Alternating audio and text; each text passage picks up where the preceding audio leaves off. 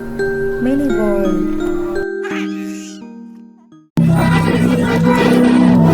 रमजान के पूरे 30 रोजों के बाद ईद आई है। शबाना कबूतरी गिनती है 1, 2, 10, 12। उसके पास 12 पैसे हैं। मोहसिन कौए के पास 1, 2, 3, 8, 9, 15 पैसे।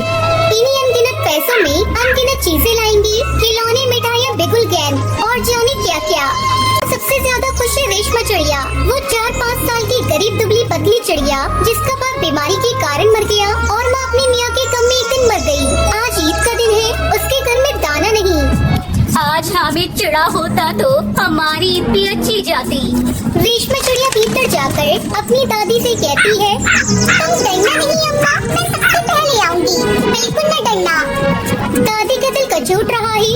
गांव के बच्चे अपने माँ बाप के साथ जा रहे हैं। गांव में मेला लगा है और बच्चों के साथ रेशमा चिड़िया भी जा रही थी। हलवाइयों की दुकान आज खूब सजी हुई थी। अरे इतनी मिठाइयाँ कौन खाता है? सुना है रात को जिन्नात आकर खरीद के ले आते हैं। अब्बा कहते थे कि आधी रात को एक जिन्न हर दुकान पर जाता है और जितनी बची मिठाई होती है वो तुलवा लेता है और सचमुच के रुपए देता है।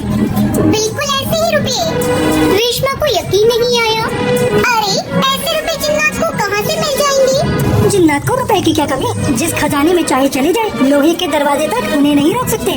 जनाब, आप हैं किस फील्ड में? हीरे जवाहरात तक उनके पास रहते हैं। जिन्नात बहुत बड़े बड़े होते हैं, एक एक सिर आसमान के बराबर होता है। अगर जमीन पर खड़ा हो जाए तो उसका सिर आसमान से जा लगे और चाहे तो एक लोटे में घुस जाए। लोग उन्हें कैसे खुश करते होंगे? कोई मुझे ये मंत्र बता दे तो एक जिन को खुश कर लूं। अब ये तो मैं नहीं जानता, लेकिन चौधरी साहब के काबू में बहुत से जिन्नात हैं, आकर उन्हें सारे जहाँ की खबर देते हैं। रेशमा चिड़िया की समझ में आ गया कि चौधरी के पास क्यों इतना धन है और क्यों उनका इतना सम्मान है। फिर सभी खिलौने की दुकान से खिलौने खरीदते हैं, लेकिन रेशमा चिड़िया ने कुछ नहीं खरीदा।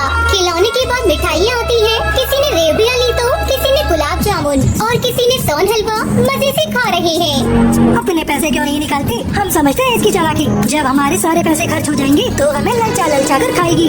मिठाइयों की दुकानों के बाद लोहे की चीजों की दुकान आती है। वो सब आगे बढ़ जाते हैं। रेशमा लोहे की दुकान पर रुक जाती है। कई चिमटे रखी हुई थी। उसे ख्याल आया, दादी के पास चिमटा नहीं है। तवे से रोटी उतारती है तो हाथ जल जाता है।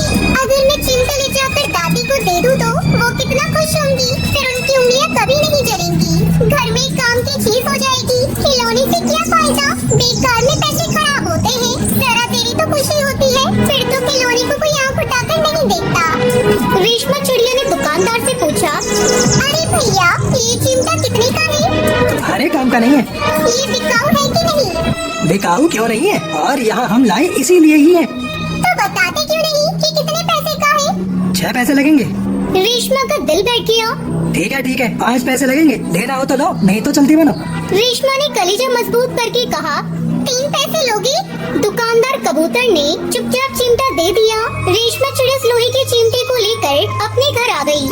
ये चिमटा कहाँ था? मैंने मोल लिया है दादी। के पैसे में? 3 पैसे दिए हैं पूरे। टूनी दादी ने छाती पीट ली। ये कैसी बेसमझ चिड़िया है, कुछ खाया न पिया, लाई क्या चिमटा? सारे मेले में तुझे और कोई चीज न मिली जो ये लोहे का चिमटा उठा लाई। दादी तुम्हारी उंगलियां तवे से जल जाती थी, इसलिए मैंने इसे लिया।